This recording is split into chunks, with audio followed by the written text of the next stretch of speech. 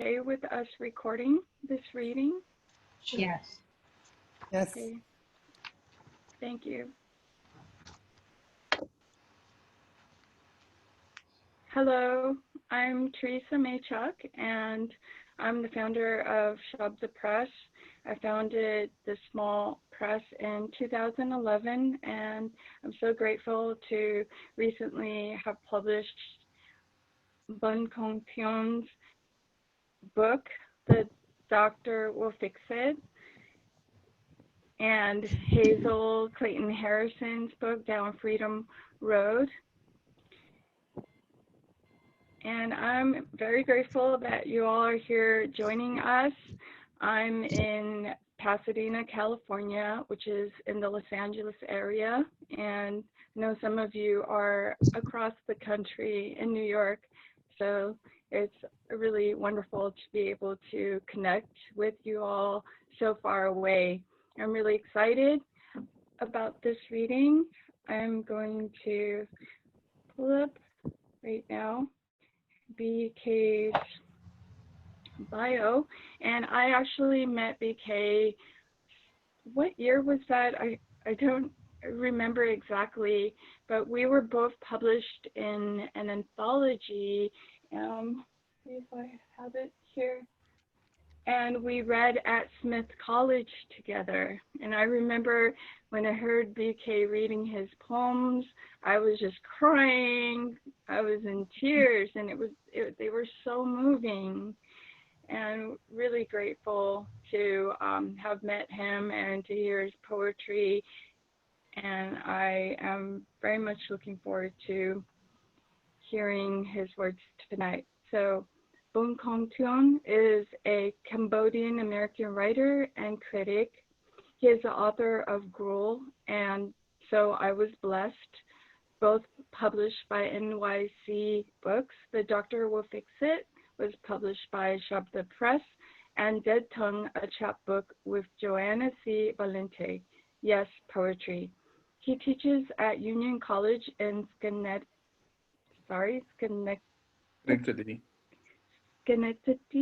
New York.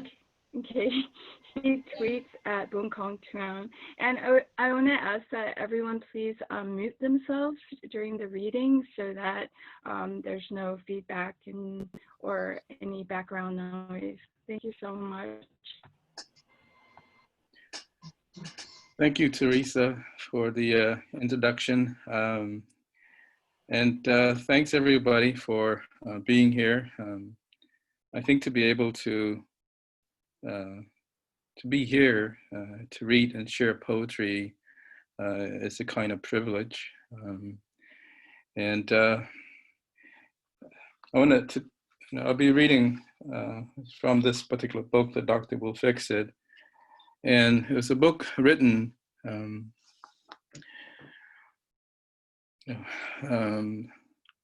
when I was becoming a father for the first time, and this was a period around, Trump became president.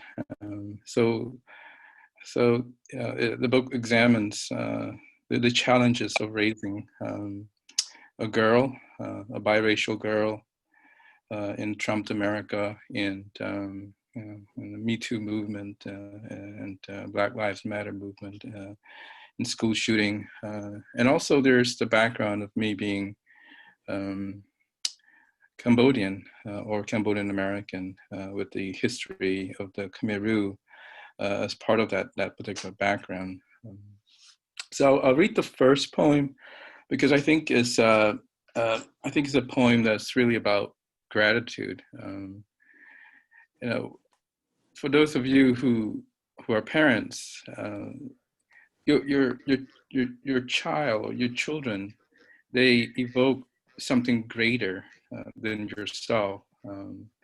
I think that the Hindu word is called the Atman, the greater self.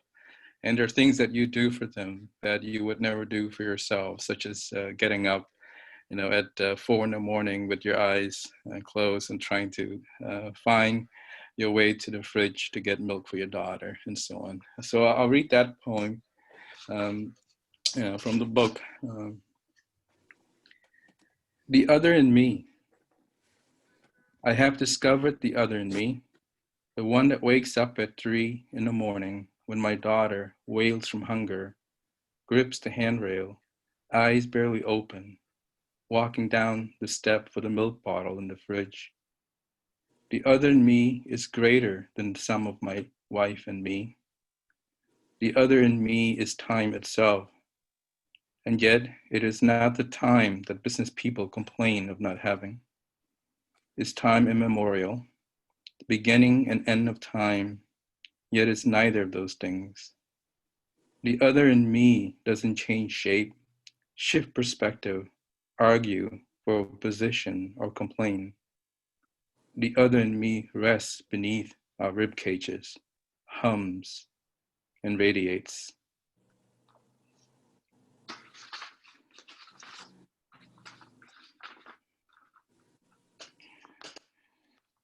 So this next poem is based on a true incident. One summer, my wife and I took our daughter to see my family in Massachusetts, and we took her to this beach, Revere Beach, and there was this strange encounter with a boy about my daughter's age. And boys are different than girls. Some boys are different than some girls, and some girls are different than boys. So I'll read this particular poem.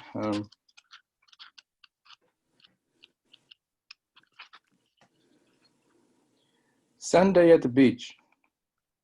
The boy, the child himself, smile vast as the ocean, brown hair as wild and reckless as the waves, came up to Chanda, who was chasing seagulls splashing the salty water, and stopped her in her tracks. Chanda turned, seashells in hand. He hugged her, and the shells fell. His mother smiled uncomfortably. I smiled to let her know it was fine. Then Chanda looked up at me, helplessness in her eyes, squirming in his arms, and ran towards me. I bent down and hugged her. The boy followed, waited for Chanda to turn her head, then put his palm on her forehead and pushed her head back. The boy walked away, leaving his mother and me in shock. Weeks later, away from waves crashing and seagulls squawking, my 2-year-old girl said to my wife, "Hug hurt."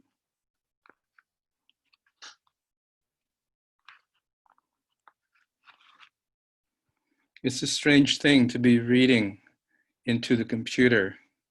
Uh, when I read out in public, I could sort of feel the vibe and sort of the energy from the audience. But here, you're reading into the computer. So this one is, I'm a stereotype. That is, I didn't think about gender until I had a girl, until I had a daughter. And here's a poem where my daughter is taking me to the Women's March in Albany. Women's March in Albany. I take Chanda out of the stroller, lift her head high up over my head, lift her high up over my head, and put her on my shoulders. So she can see that she's never alone. We are here for her, my wife and I, and other women and men too. We will march city streets, climb mountains, and cross rivers and jungles to let her know. Our strength is in our love for her, and her strength is felt in the trembling ground, the demands for autonomy, respect, and decency, no woman left behind, in speaking up and out, in hollering and screaming, in songs.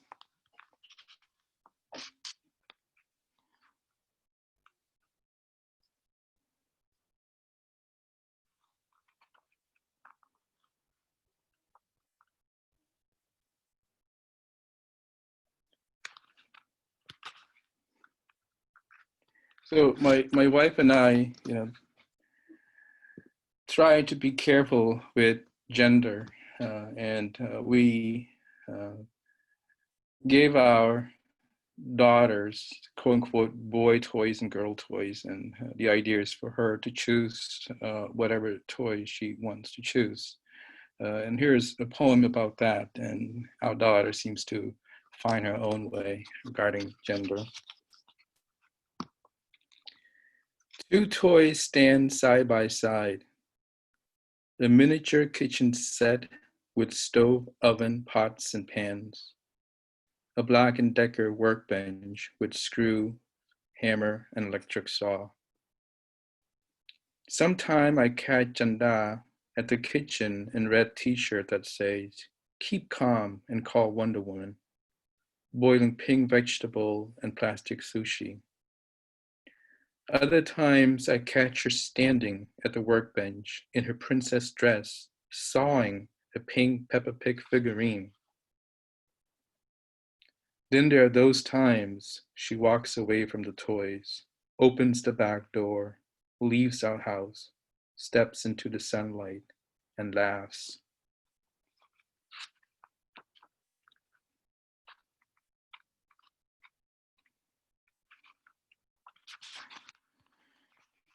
And here's a poem about the kind of father that I am and have become. I think thanks to my daughter who shaped me into the kind of father that I am. And it's after Gloger, The Kind of Man. Tony is a friend, and this book, The Kind of Man, just came out. If you're interested in this kind of poetry, you should also check his work out too. I am the kind of father who avoids making eye contact with other parents when I drop my daughter off at nursery school.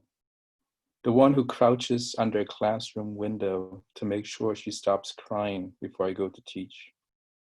I'm the father who elbows other parents and scrambles for a front seat to take a video of Janda pre-school graduation ceremony. I'm the kind who wants to beat the crap out of the nurse sticking a needle in my daughter's arm. I'm the kind who goes to Target to buy toddler snacks and ends up with an inflatable kiddie pool in the shape of a white unicorn. After I tuck her in for the night, I Facebook pictures of us in that pool. Janda holding the pink mane, me petting giant pink wings, smiling. I'm the father who tiptoes into my daughter's bedroom to check her breathing, whispers a prayer, then plants butterfly kisses on her forehead. I'm the kind of father who gets on hands and knees, digs dirt with a trowel, plants flower bulbs, taps the soil to make sure they are firmly planted. Every afternoon, I take Janda out to the garden, and together we water the flowers, me telling her, this is how you take care of life, how you care for love.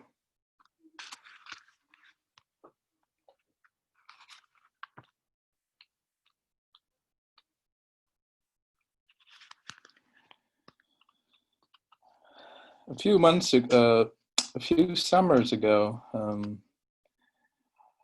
we, as a family, went over to see my wife's parents in Pennsylvania, and there was this crazy accident uh, in one of the highways in New Jersey, and there was this crazy tire came and flew over us and hit us, and I never felt helpless before to in terms of protecting your child.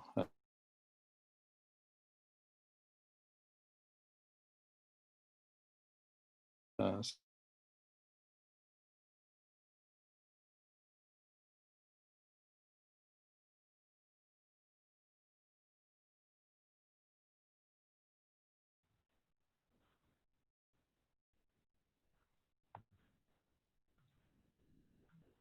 Not sure if anyone else is experiencing the screen freezing a bit? Okay. I think, yeah, I can't hear him anymore. I think we lost it. Okay. We'll wait a second.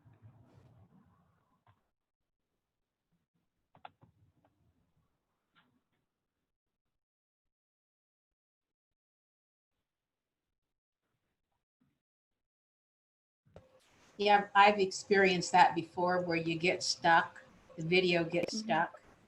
I'm not sure what happened. I think we're back now. Should I start it again, Teresa? Yes, I think you were talking about how you never felt so hopeless in your ability to protect your daughter. Yep.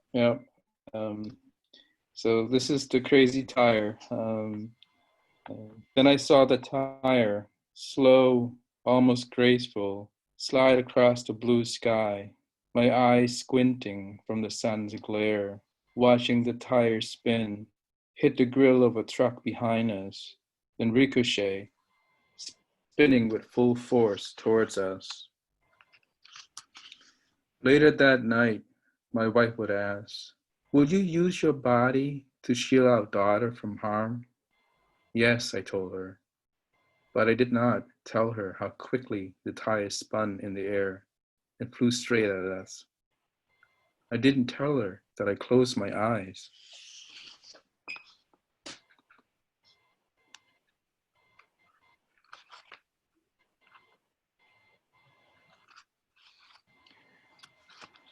So race is another important aspect of this book, and my daughter is biracial, and is this is a time period when we did not talk about race to our daughter. She looks like who she looks like, part us, partly Asian and partly Caucasian. And so this is a poem where my daughter is sort of her own way of processing color. The ABCs of race. My daughter turns to me and says, "Daddy, you're brown." She looks at her mother, "And you're white, Mommy." "And what color are you?" we ask her. "I'm orange." She tucks her orange PJs to show us. I thought it was funny. You guys should laugh too. I have three more. They're very short.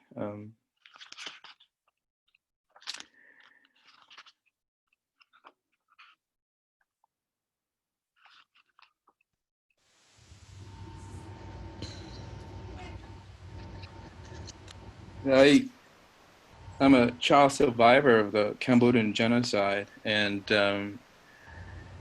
under the Khmer regime, they abolished capitalism and currency and banking and hospital and school.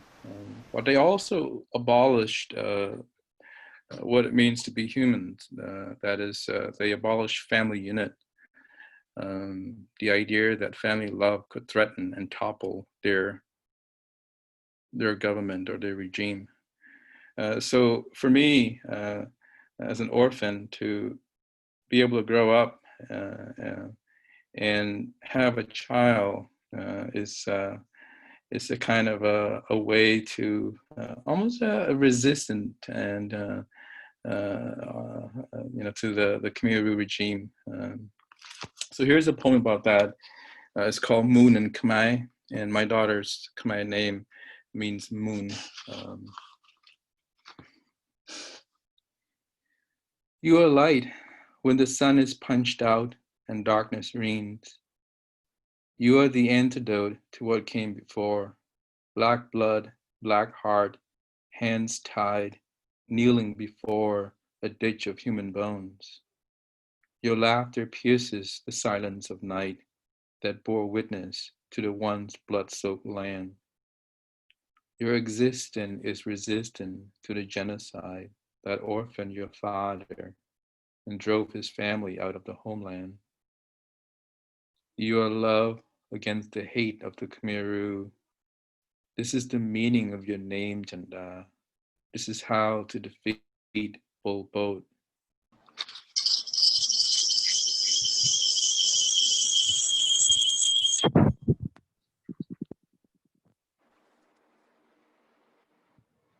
Very short.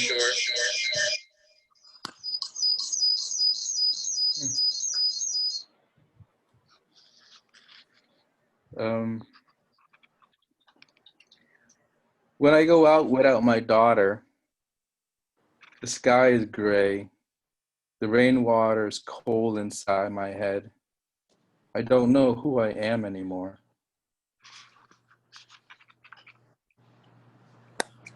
Last poem, and it's the final poem, and it's a love poem for my family, for my wife and daughter. The book is dedicated to my wife, Nicole, and yeah. So I'll finish this one. Poetry doesn't sell. It doesn't put food on the table. It doesn't pay for your auto and life insurance, your medical bills and mortgage expenses. It doesn't send your children to college or set up your retirement fund. It doesn't help a friend dying of cancer. It doesn't fix a leaking roof, help buy a brand new car. It doesn't even mean what it says half the time. Poetry is your daughter looking up, saying daddy for the first time. It is after apple picking one afternoon in a tiny studio near the university. You and your girlfriend were making sandwiches, and you touch her hand. She turned around, rested her head on your chest.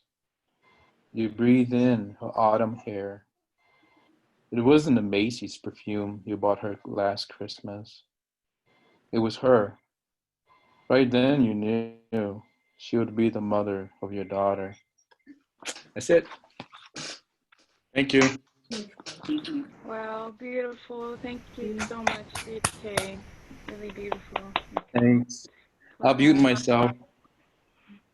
Thank you for grounding us with such beautiful poems about your daughter and your family and what's important, especially now, and a beautiful human connection. Thank you. I'm not sure if I'm able to mute. I think.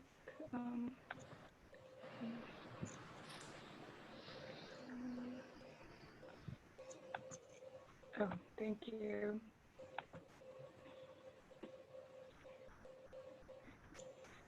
Such a wonderful way to spend the evening, especially with some folks across the country, all the way on the East Coast. Thank you. Let me pull up.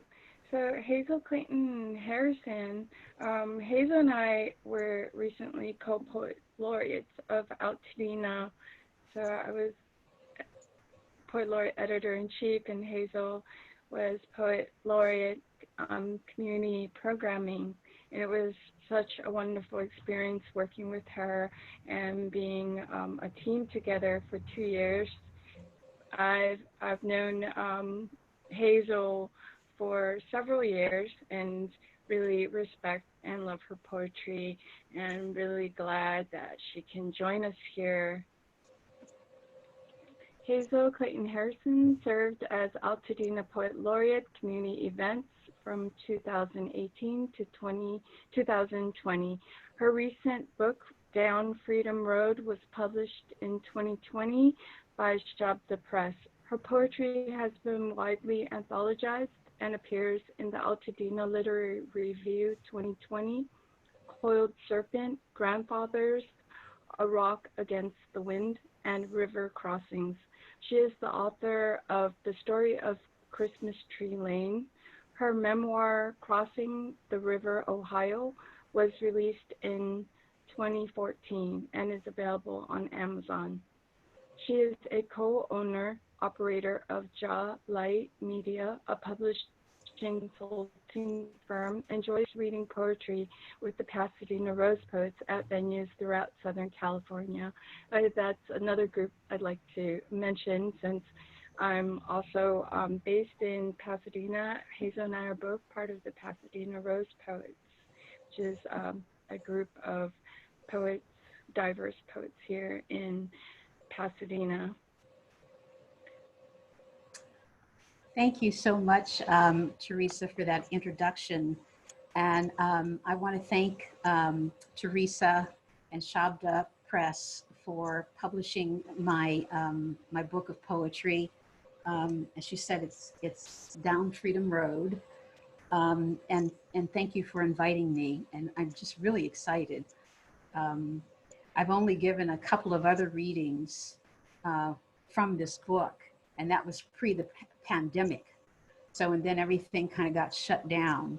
So this is the first reading post the pandemic, and my first time reading, you know, as a guest along with BK via Zoom. So thank you all for your patience. We're all learning Zoom, I think. And I also want to thank all of you for being here. It's just wonderful. I really enjoyed BK's poetry, and it's kind of, actually, it's very soothing. I was a little nervous, but now I'm calmer. So thank you. My Down Freedom Road is poetry about my journey, my personal journey down Freedom Road from Jim Crow era through civil rights, and now in this, I want to call it continuation of the civil rights, Black Lives Matter era, and who knows what it will be called historically, but it's an amazing time, and I'm very honored to be a part of it. But it's been a struggle, and many of my poems, some of them are written in, I use Black dialect, and some of them are raw, and some of them are soft, and some of them are love poems. So it's kind of mirrors my journey down Freedom Road. And many of them have historical significance because they're in honor of my ancestors, or I should say our ancestors. The first one is called Harriet Tubman. And I've admired her ever since I learned about her. So this is Harriet Tubman. Big Dipper, North Star, slave song rising, pitch black night, she be coming like a seed pushing up, coming like north wind blowing, shadow rising, gun barrel tween the eyes, blade razor sharp, cut bleeding, night train running, better get on board, be free or die, she say, be free or die. Another historical figure that I've read about, I've read his autobiography, and I've always admired, I admire historical figures that pave a way for freedom for others. And this one is called Frederick Douglass. When the master caught his missus teaching me to spell, he said, teach a nigger to read and there'll be no keeping him. So I tricked the little white boys of Baltimore into teaching me. For a crust of bread, they gave me the bread of knowledge. It was a fair trade because once I learned to spell F-R-E-E-D-O-M, freedom, it stayed on my mind.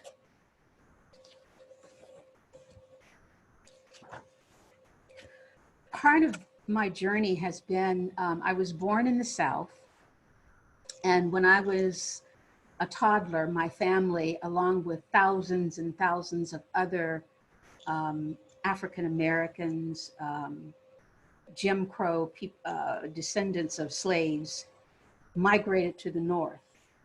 And my family migrated from Georgia to Ohio. And later on, I learned that there were, as I said, many, many others who took that same journey. And I remember talking to my dad and asked him, why did he move us north? And he said it was for better opportunities. But then later, as I studied Black history, I learned that they were refugees who were escaping, fleeing the South. And that's something that my parents and many others never talked about, because I think they didn't really want us to know the horrors of lynching and so forth. So this is a blues poem, and it's called Blues for Lady Day. And Lady Day, of course, is the indomitable Billie Holiday. The blues in all shades and hues, rose from the bottom of the Mississippi on bridges, barges, bayous, and bales of cotton. The blues, down home blues, sugarcane alley blues, I ain't got no shoes blues, I just got laid off blues, my man done left me blues. The blues swept north on a train, on the chords of Miles Davis and John Coltrane. Blew into Chicago, New York, Detroit, LA. It was in all the news. And somewhere among the blues, Sam Cooke sang, a change is gonna come, while B.B. King played Lucille. Billie Holiday sang the blues, lived the blues, was the blues. And the day she died, a newborn baby cried the blues.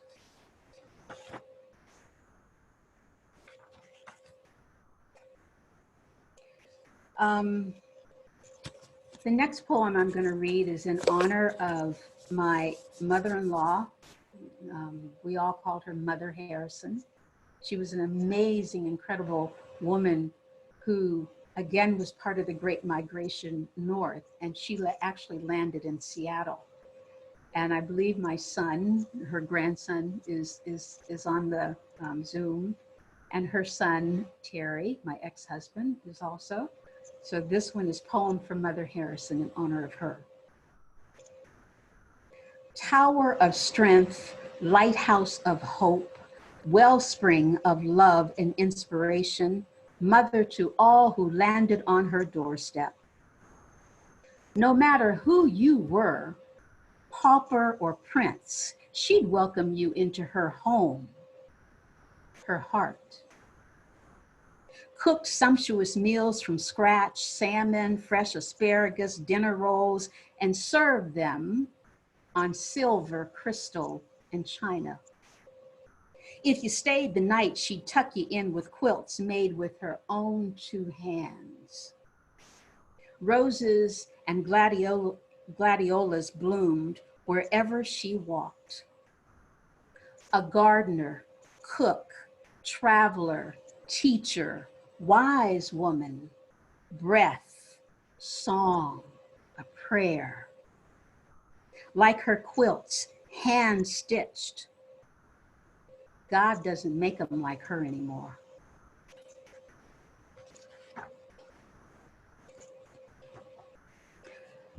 This is a short one, and it's dedicated. It's called Dear Mama, dedicated to my mother, who was one of the greatest influences in my life. Dear Mama, this morning, a yellow flower blossomed from the prickly pear on the back porch. Its petals unfolded so gracefully from its bed of thorns. I couldn't help but think of you.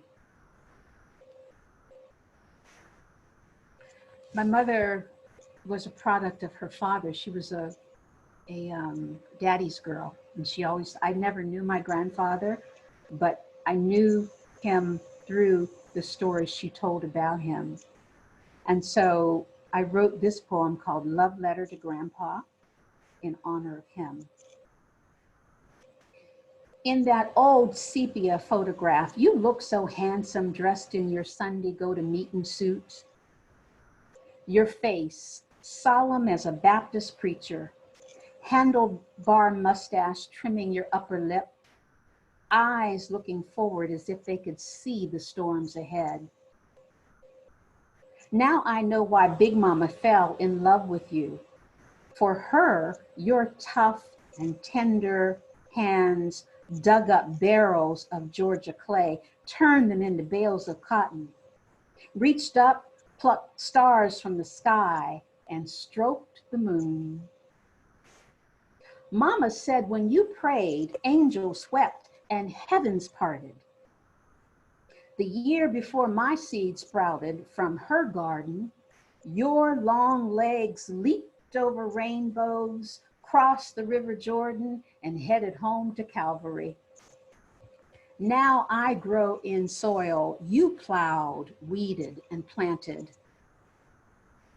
I never sat on your lap or called you grandpa, but one day we'll meet and walk hand in hand into the rising sun.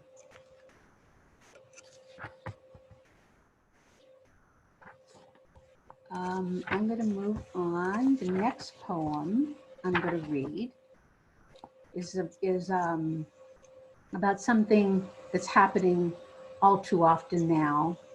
And I guess it's my protest poem, because every time a Black person gets shot in the back, it feels like I've been shot. We've all been shot. This one's called Hands Up, Don't Shoot. We raise our hands, but it don't matter. Pow, pow, pow, bullets fly. We run, Trey fall down. I hear his mama cry. Hands up, don't shoot. In movies, hands up means surrender. Cops handcuff rebels, take them to jail. But for us, the same rules don't apply. Whether our hands are up or down, we die.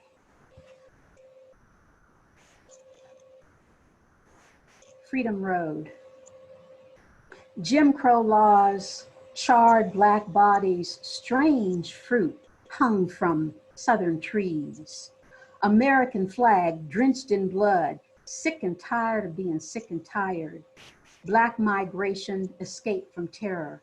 Harlem Nights, weary blues, lift every voice. March on Washington, freedom fighters, voter registration. Many, many, many rivers to cross. Hurricane Katrina, Black folks left to drown. Mother Emanuel, blood on the cross. First Black president. Amazing grace. Voices echo down halls. White backlash, Charlottesville, Virginia, encroaching shadows. Tiki torches, hate and terrorism, dark brew of troubles, homelessness. Wolves eat babies. Strange the stars. Press on, children, taste freedom. Hear the dawn birds sing.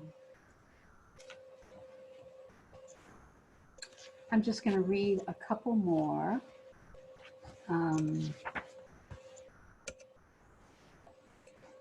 I'll just read this one because it's fun. It's called Happy Hour. When I was in the workforce, we'd always go to happy hour. I mean, Friday, bam, we're there. And so I had to write a happy hour poem.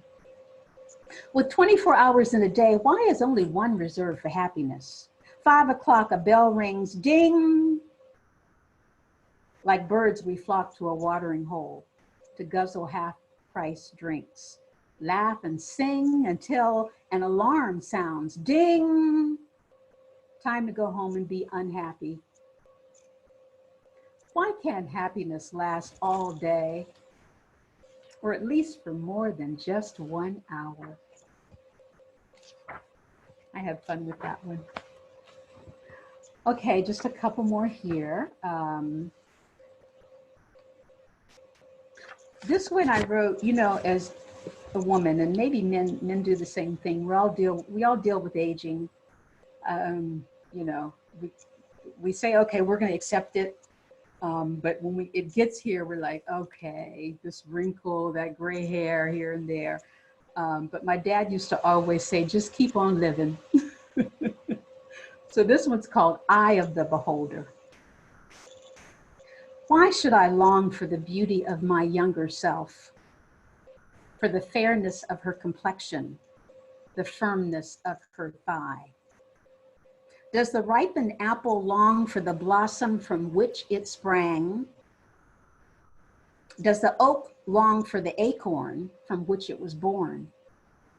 Does the full moon lament the waxing of her crescent? Life is all metamorphosis, transformation from chrysalis to butterfly. For the beauty of my younger self, why should I weep? Why should I cry? So I'm dealing with being the age, but I'm thankful for being here. So thankful, because consider the alternative. This one's called Under an Awning of Jacarandas. I'll read this one and then one more. Under an awning of jacarandas. And you know, first of all, jacarandas are just the most incredible trees. We have them all over Southern California, and they're like purple clouds. And I always look forward every year to seeing the jacarandas bloom. Under an awning of jacarandas, we danced, dreamed, laughed, and played. Under an awning of jacarandas, our first child was born. We cradled him in our arms, strolled him down purple lanes. Under an awning of jacarandas, we celebrated birthdays and holidays.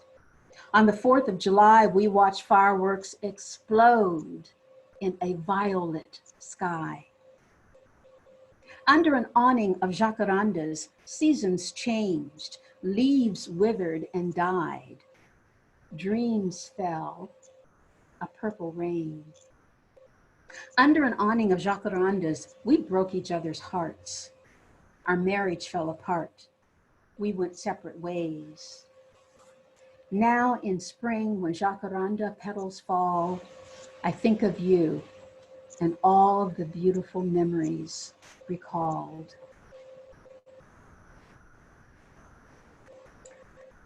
The next one is called Sunny, and it's in honor of one of my neighbors who was just such an amazing man who also migrated. When he migrated from the South, he ended up in California. He came out here in the 60s. But I got to know him late in life, and he was such a wonderful neighbor and friend. Sunny.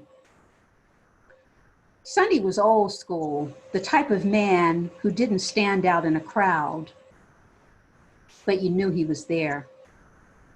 A man who liked to work with his hands. He fixed his own cars, grew his own vegetables. He even made his own wine. We called it Sunniac.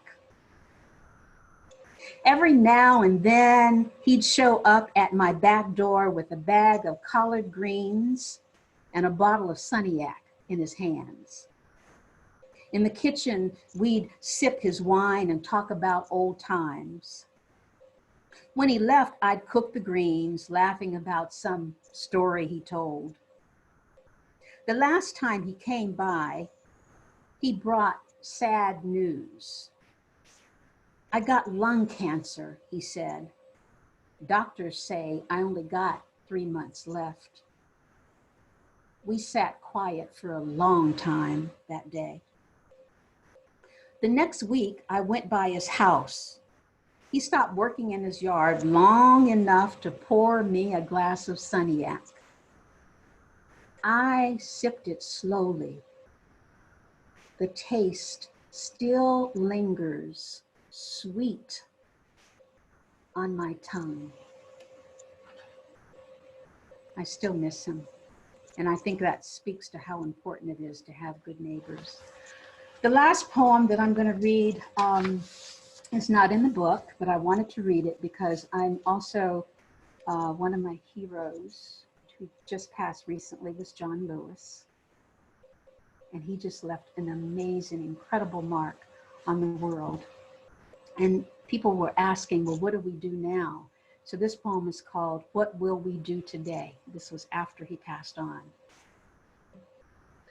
With courage, dignity, and faith, we'll rise with the morning sun, carrying the torch you carried until victory has been won.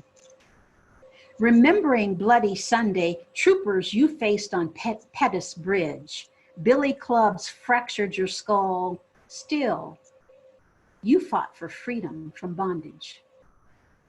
What will we do today? We'll rise with the morning sun. Good trouble we will make, and a way we'll make out of none. We'll march through the hills of Georgia, Alabama, and Tennessee, through the valleys of Virginia, onward to Washington, D.C. We'll fight for rights paid for by our ancestors' labor, blood, and tears. With courage, together we'll stand through the long suffering years. What will we do today? We'll rise with the morning sun to fight for the soul of our nation until a new day has begun. Thank you all for listening.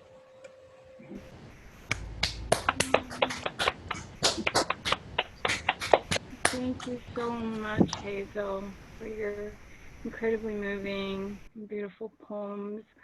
I want to open it up if anyone would like to say anything.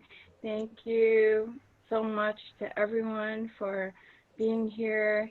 If you'd like to share a few words with Hazel and BK, please feel free to unmute yourself. And it's rare that we have this connection here, so feel free to share.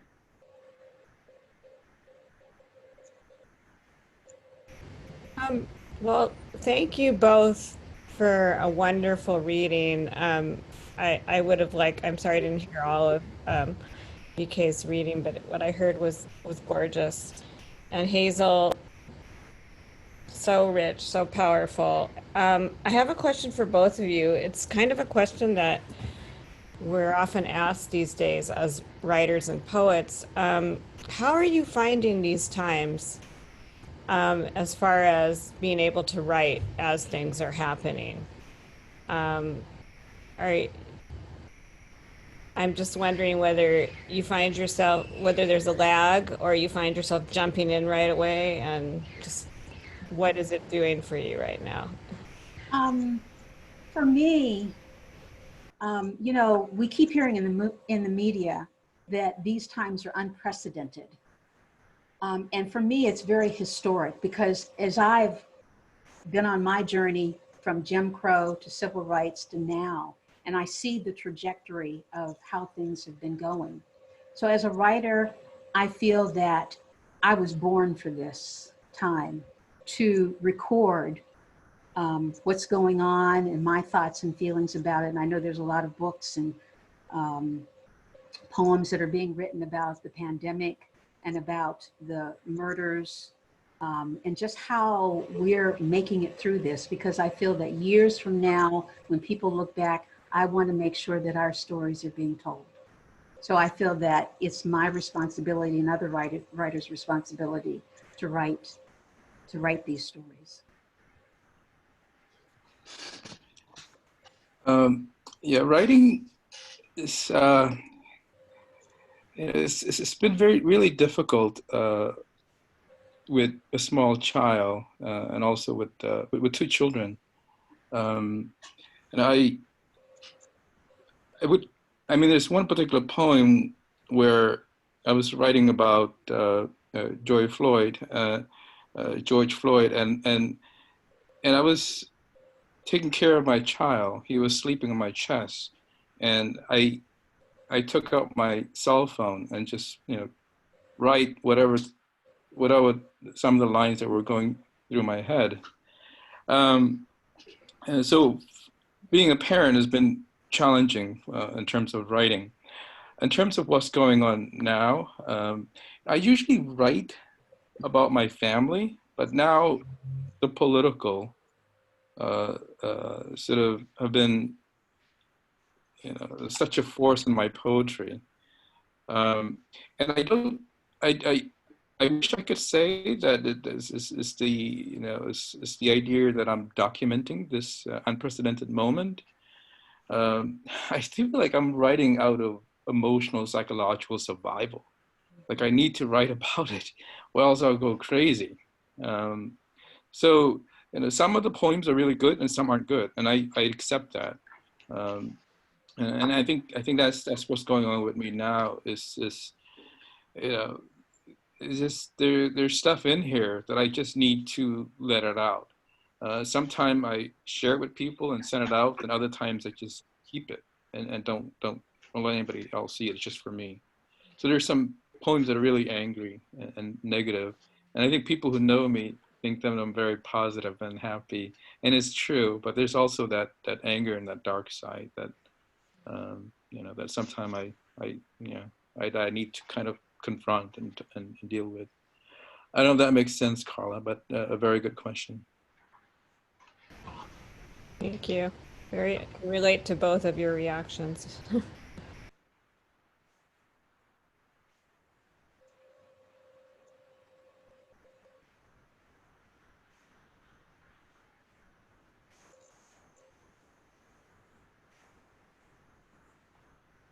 Thank you, everyone, for joining us. Thank you again, Hazel and BK, for your beautiful and powerful readings. Really moving. Thank you all. And if you'd like to read more of Hazel's poems in her recent book, it's Down Freedom Road, and BK's book, The Doctor Will Fix It. Thank you all, and it was great seeing you. Just want to acknowledge, really forgot to acknowledge that I am on Tonga territory here in LA, specifically Hahamunga, the Pasadena area. Hahamunga is the original name of the village here, which means flowing river and fruitful valley in the Tongva language. Thank you, and have a great rest of your evening and night, and take care. Bye. Thank you. Thank you. Thank you. Bye-bye. Thank you. Thank you. Bye.